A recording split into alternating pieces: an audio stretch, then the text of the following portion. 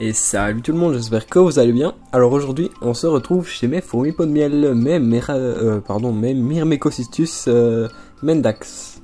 Donc c'est une espèce de pot de miel qui vient, si je ne dis pas de bêtises, des États-Unis. Et donc dans ma dernière vidéo, je vous avais montré, j'ai eu la première citerne qui est juste ici. Donc j'ai encore les ouvrières que j'avais, j'ai plus de naissance il me semble, et le couvain commence à baisser, hein. Tout simplement parce qu'elles vont faire un petit repos hivernal, donc pas vraiment une diapause, hein, mais juste un peu de température ambiante. Donc vous voyez ici la citerne elle est fort foncée, hein. Donc là le reste du couvain, là-bas il y a un cocon, une larve qui est en train de faire une nymphe nue à mon avis, et il ne reste encore 4 larves, à part celle-là, et je pense que c'est tout dans le couvain. Donc voilà, ça a fortement diminué. Par contre il reste aussi des œufs que je vois que l'ouvrière est en train de transporter là. L'ouvrière est en train de transporter et donc il reste des œufs. Donc ça c'est bien, ça veut dire qu'elles n'ont pas fini leur année. Donc c'est vraiment une magnifique espèce, hein. Après c'est une Myrmecocystus, c'est réputé pour être vraiment très dur. Donc je recommande vraiment pas aux débutants, hein. Donc à part ça c'est vraiment une magnifique espèce, hein. Donc la citerne là elle est quand même elle est 2 bons centimètres derrière mon doigt. Donc vous vous rendez compte déjà de la taille. C'est vraiment énorme, hein.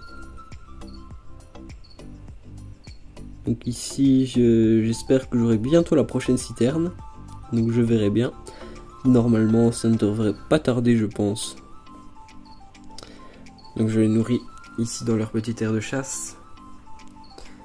Donc ici je mets tous les 2-3 jours du liquide sucré, du liquide protéiné, et je remplis de l'eau de temps en temps. Donc le nid en fait il est donc déjà il y a le cache rouge, hein, ici que j'ai bougé, mais donc allez, le nid est devant la fenêtre, mais donc les galeries ne sont pas vers la fenêtre, donc elles n'ont pas de luminosité quasi. Et en fait je me suis arrangé pour que pour que le soleil à chaque fois le temps où il passe devant la fenêtre, pour qu'il y ait la moitié de l'air de chasse qui soit exposé au soleil en fait. Tout simplement pour leur refaire comme elles ont aux États-Unis, hein, tout simplement du soleil avec le sable, etc. Donc ici, j'ai remarqué, elles m'ont mis du substrat, mais vraiment là en fait. Là et ici, on avait, elles ont retiré, et plein là. Sauf que, elles n'en mettent pas là, et donc la larve ne sait pas tisser son cocon. Donc c'est assez embêtant, hein, parce que pour l'instant j'ai déjà eu 3 ou 4 fois des nymphes nues, et à chaque fois ça n'a rien donné. Donc je vais regarder s'il n'y a pas un problème d'humidité, mais je ne pense pas. À mon avis c'est vraiment parce qu'il faut qu'elles mettent le substrat là, hein. Donc j'ai même essayé moi-même d'en mettre, mais elles l'ont bougé. Elles ne veulent vraiment pas avoir de sable là. Donc là on voit bien vraiment la citerne, hein, on se rend pas compte comme ça, mais c'est quand même pas mal.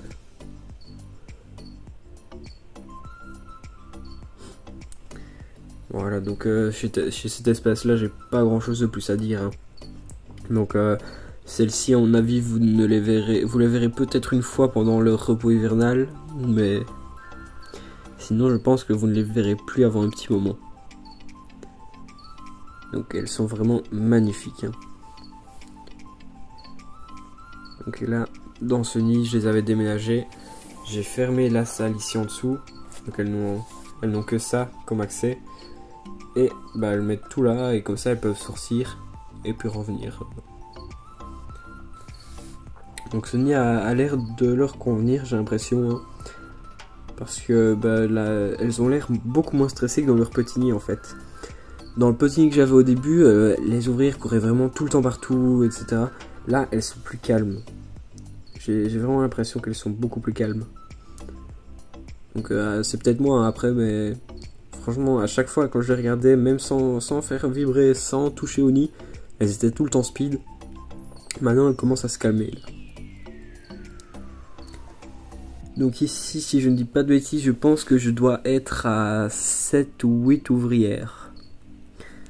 Donc j'en ai 5 ici en dessous. 1, 2, 3. Donc j'en ai 8 à 9 ici au plafond. Donc ça nous fait 9 ouvrières. Plus la reine. Et le cocon là-bas qui ne tardera plus. Et d'ailleurs ce cocon, je pense qu'il va pas tarder à naître. Parce que ça fait déjà un petit moment qu'il est là. Allez. Donc on va déjà s'arrêter ici. Hein. Comme je l'ai dit dans la dernière vidéo, il y aura bientôt une vidéo sur une de mes Camponotus que vous ne voyez pas très souvent. Enfin, dans les élevages elle est assez courante, hein, mais sur ma chaîne vous ne la voyez plus très souvent comparé à avant. Allez. Merci beaucoup d'avoir regardé jusque là. Un petit pouce bleu, on s'abonne, les commentaires. Et moi je vous dis à bientôt pour de nouvelles vidéos. Ciao tout le monde.